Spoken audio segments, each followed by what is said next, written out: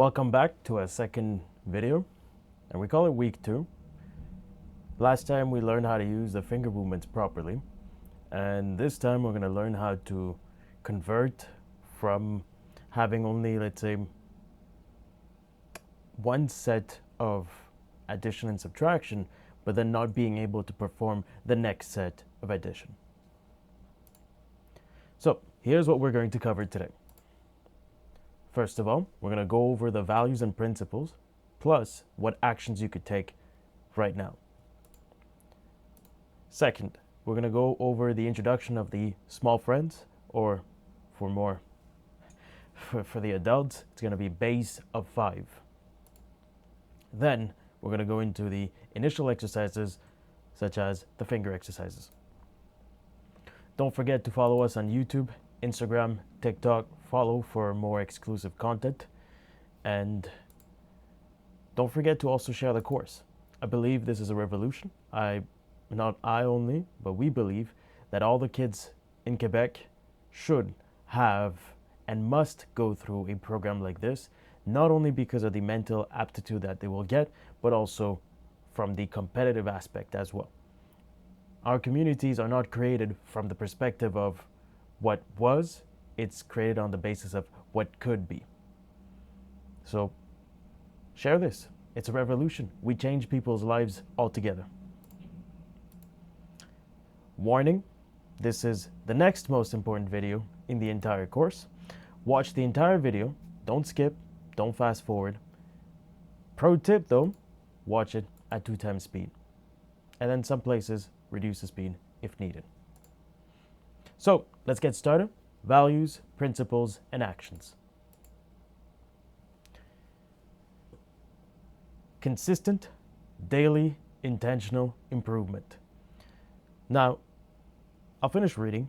Consistent daily and intentional practice leads to steady improvement and lasting mastery. It is important to understand why we're doing all of this.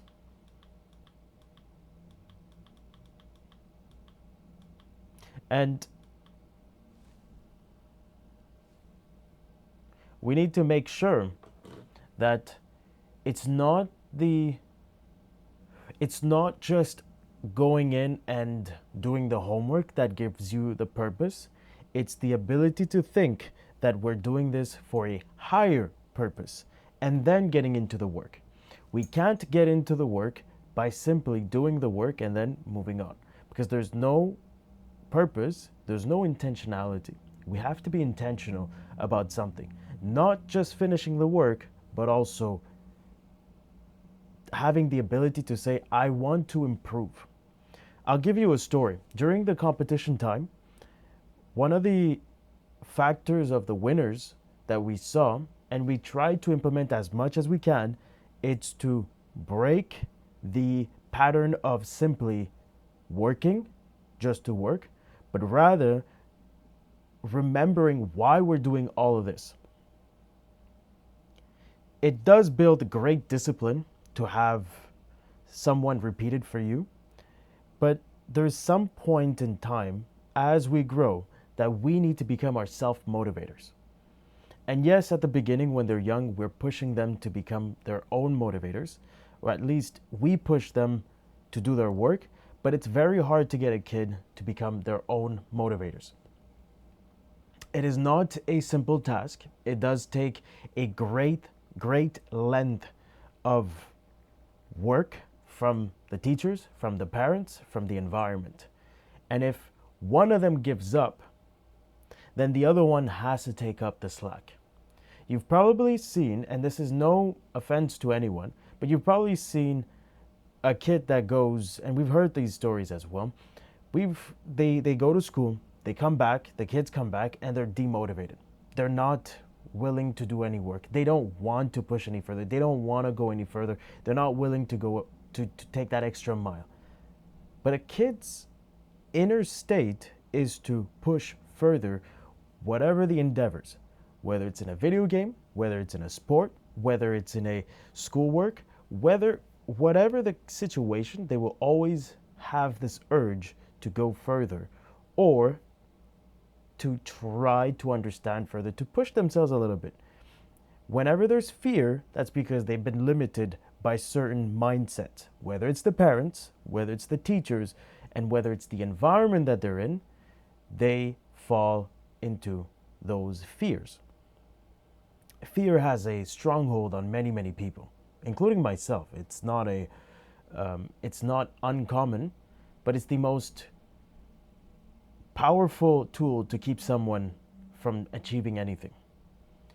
And yet we hear people say, oh, we just want to pass school. And so your whole life has been about just passing school. And I've heard this from my own friends when I was younger, and from the parents that were listening today, and we're like, this is unbelievable to hear. But that requires self-work on the parents, on the teachers, before we start pushing them to their kids.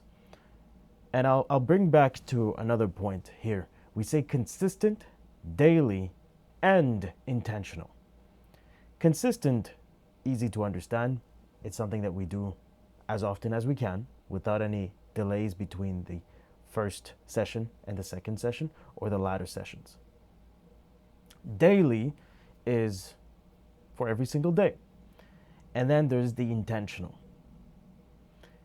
As a parent, I would require you to take a look at yourselves and to say, have I been intentional of the work of what I'm doing? If you have had an intentional work day, you will feel way more purposeful. If you had an intentional time with your child and you said, let me put away the phone, let me put away all the distractions, and I'll stick to my child for this duration of time, you will not only feel way more purposeful, but you will also have fulfilled a certain urge to do something. Our brains are working during that time. All right, next point. We're going to keep these three principles, and I think they're working right now, and I like them specifically because when we go over certain topics, especially with the students, we go with understanding, then automating, and then speed. So understand, automate, speed. And so far, it has been a good method to follow, where we emphasize most of the time in the understand, then after we go into automate, and then we go into speed. Understanding the concept that is taught is primordial. Practice means improvement. Speed is the ultimate result of mastery.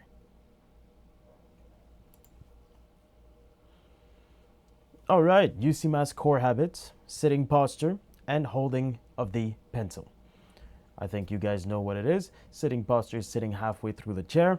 Second is holding the pencil. Always hold it in the position where we fold the last two fingers and we hold, and we have these three fingers open to be used on the abacus. Still, if you're left-handed or right-handed, same situation.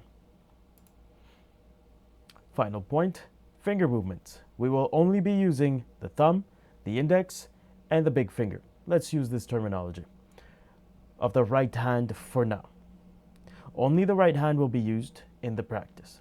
The left hand will be used for holding the abacus and the pencil if the child is left-handed. All right, next point. Introduction to small friends, base of 5. We'll explain to you afterwards why the word small friends come in, but the base of 5. So, establishing fundamental logic, direct versus indirect. If we cannot directly add or subtract the beads as a whole, example, plus 4, move by block, not a singular bead at a time, without any alteration of the symbol, plus or minus, we must then use a formula to counter the ineffectiveness of moving beads one by one or the memorization of the additions or subtractions. Now, all of this to say is when you look at the abacus, all right, so you have the bottom part, which is 4 beads, and the top part, which is 1 bead but worth 5. And let's say we already have 4 beads added in. And now we have to add 4 more. The question's going to be, I can't add 4 more. Therefore, how can I move this in a more effective way without doing one by one, like 1, 2, 3, 4, and then 1, 2, 3, 4, well, we could make it simpler by using formulas. And this is the next step of the UCMAS program, which I find is more powerful for students and kids between the ages of 5 to 13, is that now they have a logical reasoning to why we do 4 plus 4. Although we do learn it at school in a simpler way by doing one beat at a time, which helps at the beginning to understand, and we all go through that phase. However, at some point in time, we can't rely on things that are done in the first base because we have to move on to the next steps. So, establishing physical observation. Abacus. There are only 5 beads in one column. 4 beads under the central beam, each worth 1, and 1 bead above the central beam worth 5. When we can't add any more beads under the central beam, we must use a formula. Rational questioning. First question, can I add or subtract the number directly? If the answer is yes, go for it. If the answer is no, what's next? We're going to look at that. And here's the ultimate question, and we will get over these parts afterwards and we'll show you exactly, is that we always need to have an equivalence. If we can't do something directly, then we have to use a different step with an equivalence to it. So, what is the equivalence to the addition or subtraction of the number if it cannot be added or subtracted directly? Example, existing 4 on the abacus. So we already have 4 added on. Now we must add another 4. Now, as adults and even as kids, we may think that it is so easy, 4 plus 4 is equal to 8, move on, go to the next step. But it is only easy due to the amount of practice and repetition of the memorization of 4 plus 4 is equal to 8. What we're trying to say is that we're not saying it's not easy and there's no easier way to do it, although you could follow easy and you'll end up at the same pitfall of the last 100 years in the same education system. What we're trying to do here is that you have to think like a child. They're going through the basic motion. All right, what's 4 plus 4? Great, now look at it visually. How can you use it? Well, we already have 4 beads added on, and that's under the central beam. How do we add 4 more beads? And we're not going to add one by one, and we're not going to just say, oh, it's 8, so I'm going to just add 8 in the middle. Erase it and add 8. That's not logical. And yes, it is somewhat logical that we used at the first place. What we're going to do is we're going to add certain principles to follow, which is, can you do directly? Otherwise, go to the next step. Otherwise, go to the next step, and then we end it. And we could replicate those into bigger situations. We'll get into those afterwards. Before we continue, limiting beliefs. You can only go as fast when you only base yourself on your memorization and repetition. You can't go any faster. I mean, there is a certain limit to the threshold. It is not that repetition or practice is wrong. On the contrary, it is our second most important principle. We want to allow the brain to push the limits of our minds. Nobody wants to stay stuck on gear 1 for the rest of their lives. And nonetheless, it is probably what happened to you, and it is exactly what we're doing to our children today with the same school system that we're following. Simplify the process of learning and focus on the most important elements.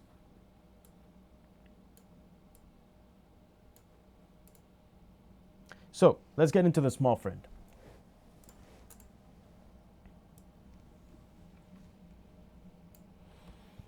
Base of 5.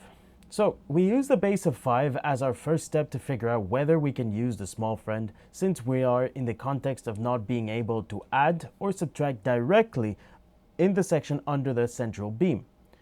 We then use the bead, the 1 bead worth 5 above the central beam.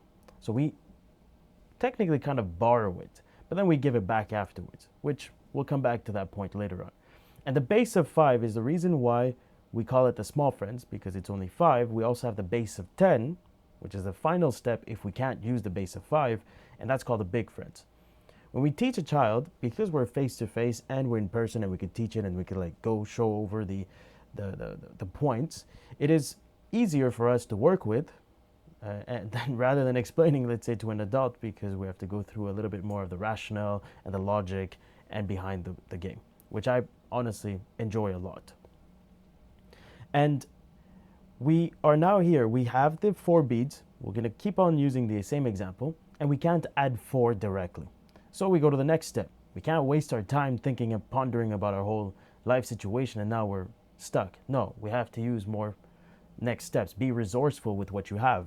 And that's one of the steps that we teach in our center, is that you have to be resourceful with what you have, and rather than waiting for the answer. And this has been a limiting belief also to me, especially when I was younger. And as time grew, I realized that if I were taught these particular parts, and this is part of my growth as well, that we look over and we're like, oh, well, look at this. We also have an extra bead, which could be used as an extra friend, or could be used as an extra, I could say, opportunity. And we look at our lives and we have to be resourceful. And I remind the kids, especially those who are from our center, that we have to be resourceful. For the younger ones, you can't teach the whole world, especially for the younger ones. You would have to show them certain steps. When they get older, for example, they're getting into high school, or they're in the 10, 11, 12, 13 years old, now we teach them the philosophy of being resourceful. You don't need to wait for the rest of the world to act upon you. You need to act with what you have. And if you don't have good grades, for example, well, now you look into how can you become better, and which means you have time on your hands and you have to spend that time wisely. Now, how do you spend that time wisely is the next question. Well, you could be resourceful. You could come and ask people like me, your parents, or even the internet. Now, the internet, it is, as much as it helps, there's a certain limitation to that world. And I would have to add on to this, is that when you have mentors or teachers or people that you could trust, you have a better chance of overcoming those limiting beliefs. Now, you have seen, for example, you have low grades. All right, what's the next step? We have time in our hands. Use that time wisely to learn properly. For example, following those 3 principles that we mentioned earlier, understand the concepts. Then you have to automate, which is called practice. And that's why you use a couple of sets of exercises to practice, and then you do speed. Because once you understand, once you automate, now you go speed. In the section of automation, there needs to be a time factor that should be added in. And I think this part is the most valuable tool that I've ever used in my whole life, whether it was in learning, whether it is in doing my work. It's the time that we take to do something. I can write a book for the next 50 years, but it would not be as valuable as if I could finish writing it within the next, let's say, 5 years, and then produce it, then do an iteration and retry again. And then within the next 50 years, I would have had 10 different books. And maybe each book is getting better and better. The point I'm trying to make here is that we don't have infinite time, especially for minute details and tasks such as homework. And if we take every homework as infinite time, a task that should be taken 10 minutes will now take an hour. I'll tell you this. I remember being in CJEP, and I was going through my, studying process. We're getting into exam season. And most people would take 15 hours to study for an exam. 15 hours is an absurd amount of time. I was doing it in 1/3 of it. And I got the same grades as them. I realized, okay, there's something different about what I'm doing. Let me take a look at what I'm doing. So I would spend, and I love the quote that Abraham Lincoln always said, is if he had 6 hours to axe a tree, the first 4 he would spend it sharpening the axe and the last 2 executing. I've always focused on making sure that the axe is sharp so that the execution is faster and proper. When I decide to study for an exam, I spend a good majority of time understanding, and I take the time. There's no time limit on understanding. When you're reading, your process is different. You understand, you read, you understand. You have to have the satisfaction of understanding. You can't go through it by just reading something and not taking notes, not rewriting what you understood. If you think it's going to be easy, and when we say easy, it's because we're lazy. We're expecting to put less amount of energy and to get the same result out of it. That's impossible. It's not going to happen. Forget that belief. You have to put a little bit of energy in understanding step by step. You don't need to read the whole book in one day. You have to go step by step. Spend a little bit of time. At the beginning, it's going to be taking time. I'll give it to you. It's not something that happens instantly. But the moment you start practicing that particular step of understanding and not just copying, you now go into a different phase. You have purpose of following a certain route. And I teach this to kids, and I hope from the bottom of my heart is that they take this and they run with this for their at least school years and the rest of their lives. What is the purpose of doing something without understanding, which means that we've wasted our time living during that time frame? It sounds deep, but it's not. It's just how we live our lives.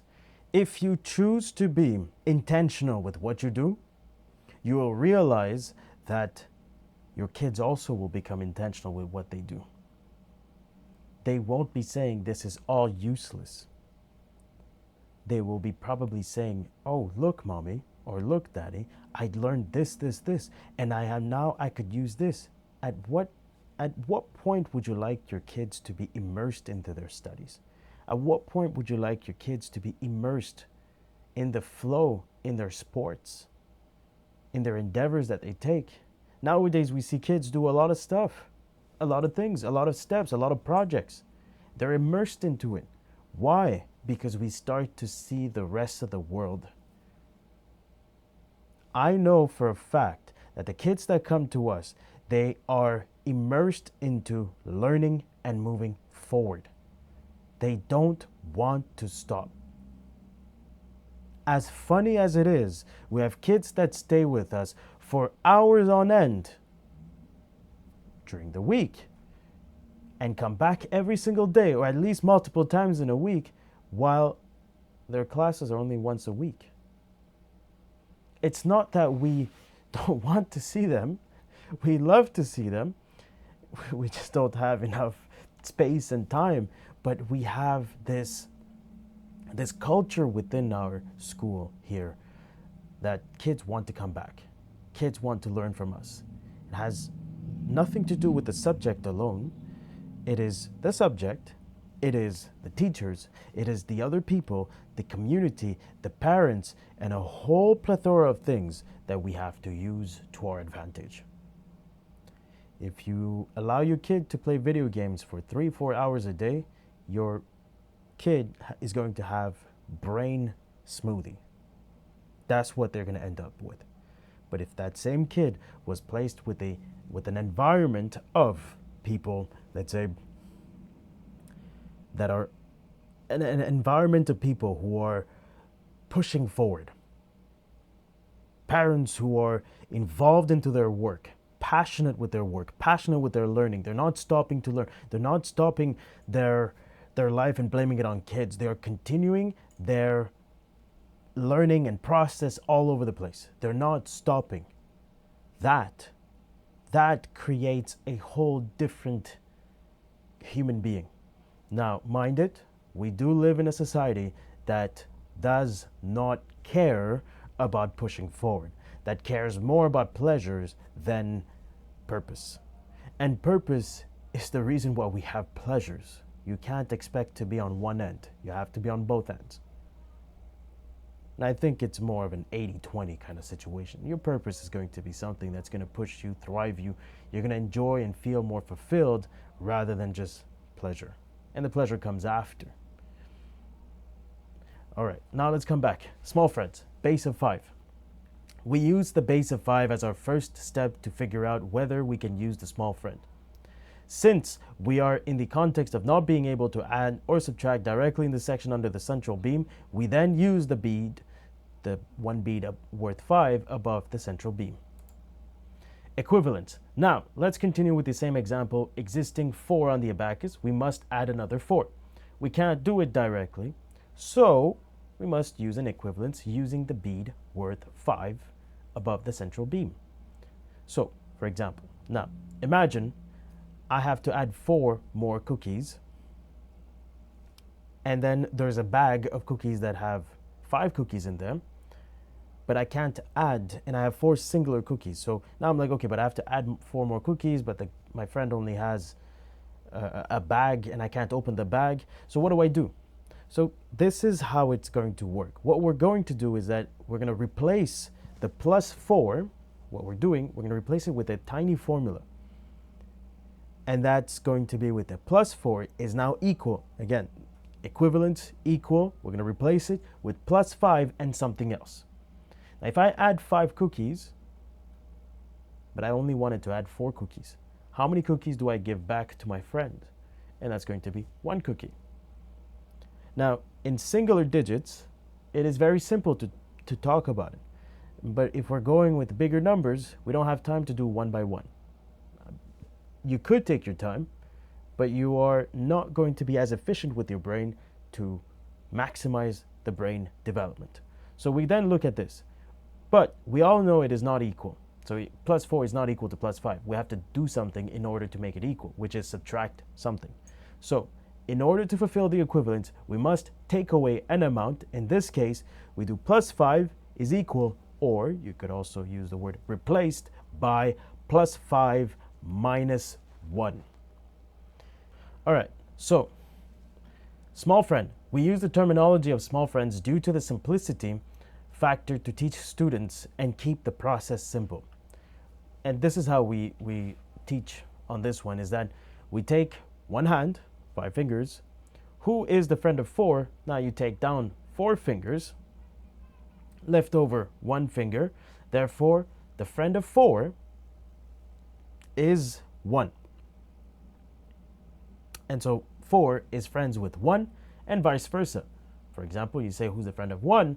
1 is the friend of 4. The same logic applies with 3 and 2 being friends. So take your hand, take out 3 fingers, 2 is the friend of 3, and take out 2 fingers, 2 is the friend of 3, and 3 is the friend of 2. Vice versa, everything applies. So the small friends only stays within the boundaries of 1, 2, 3, and 4. We don't go over that. That's not small friends, that's big friends. We'll get to that later on. Formula. So we don't just give them every single formula with the numbers in there and then remember everything. What we do is that we give a bigger formula and we tell them with the limitations, play with it. So in this case, plus small friend. Why do I say plus small friend? The first step is always asking ourselves, can I do directly? So the question is, can I do directly? Plus 4, can I do directly? No, the second step now becomes small friends. Can I do plus small friend? And if the answer is yes, because I have a 5 on top that is not being used, therefore I could use it. And the way that we write this, first question, can I do directly? The answer is no. Second question, plus small friend, yes, equals, which is replace, plus the base minus the friend. What base are we talking about? The base of 5 plus the base minus the friend. Follow the exact order as to keep the movement in flow. Follow the correct finger movements and practice movement at once and not 2 split movements. for speed. Now, let me explain that. We don't do +5 and then +1. Our movements are going to be the same in order to, 1, save time, 2 fingers are working at the same time. We're holding the pencil, we're holding the abacus, and we're working. Pop, pop, pop. So we go +5 -1, +5 -1, +5 -1, and it becomes way more efficient. Don't do +5 and then wait and then do -1. Have it in one shot at the same time.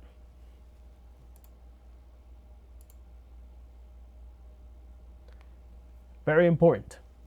It's not about memorizing, and it's not about the time that they're taking to understand, because I know a lot of parents who are not patient, and I understand you, but you have to be very patient with a child. You can't look at your child and expect them to be an adult when you haven't trained them to be an 8-year-old to go through certain things, okay? It's very important to breathe in and breathe out as a parent, as a teacher, as a tutor. In every single sense of the way, be patient. Kids need to learn. They learn through experiences. They learn through other people's experience. They learn through your behaviors. They learn through my behaviors. And they learn through the environment. You can't expect them to be adults when it is already hard enough to be thrown into a new world when you're trying to adapt to the new world as well. Asking the right questions equals more reasoning. Inherently, understanding is reasoning and having coherent conclusions. You can't expedite that process. It goes through it. You have to go, understanding is reasoning. Understanding is going through the logical process and be like, this is why we do these. Now, if they ask you a question you don't know, tell them, I don't know.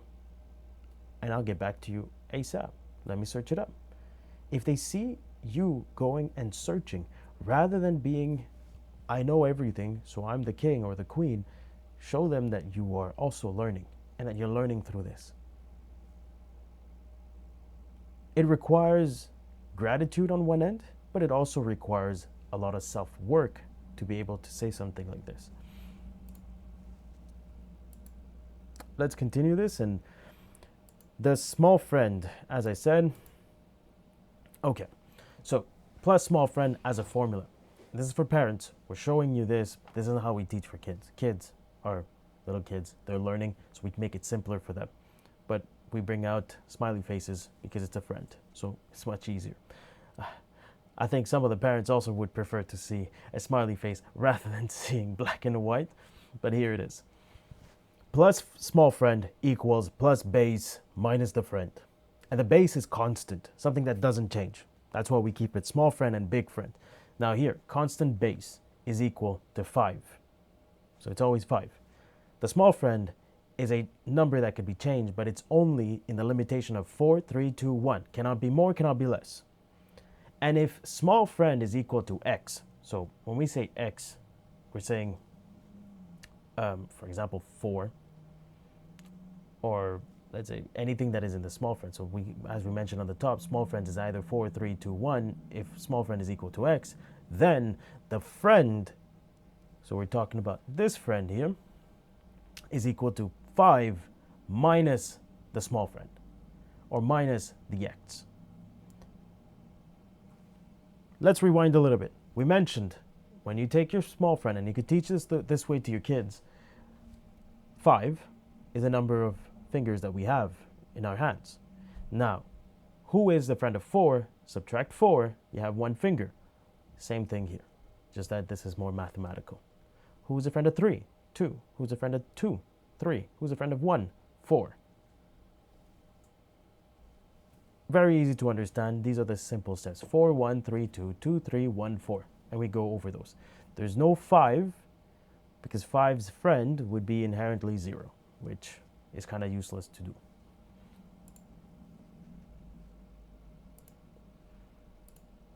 So formula and application, plus small friend equals plus base minus the friend. The base is here, so plus 4 is equal to plus 5 minus the friend, which is 1. Plus 3 is equal to plus 5, constant, minus the friend, 2. And likewise, plus 2 is equal to plus 5 minus 3, plus 1 is equal to plus 5 minus the friend, which is 4. All right, let's get to the initial exercises, which are the finger exercises.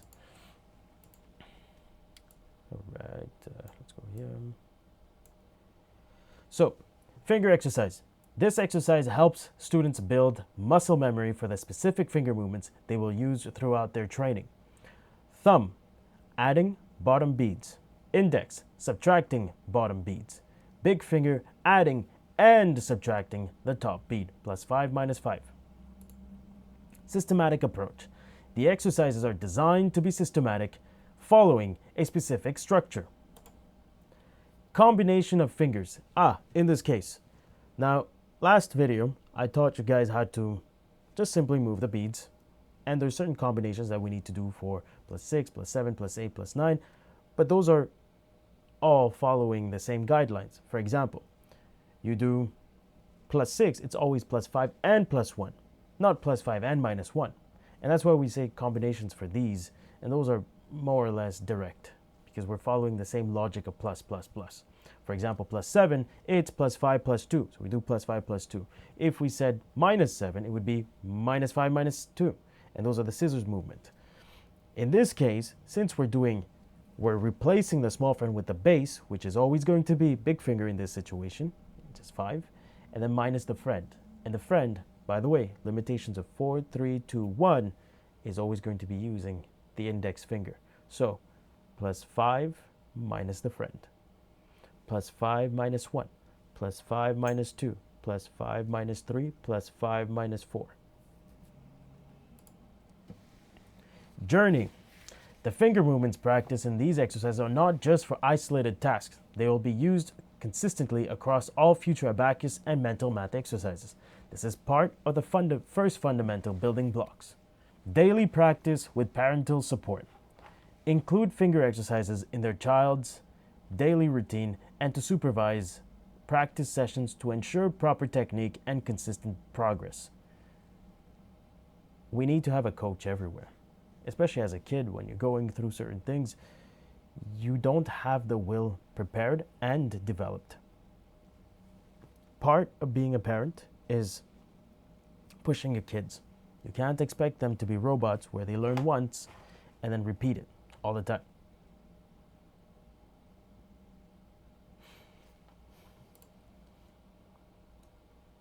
For more of these videos, we're going to create more videos in there. Perhaps I've already added in here. If it did, then you're lucky. If not, it's going to be in a different video. As a summary, here you go. Consistent, daily, intentional improvement. Consistent. Don't stop.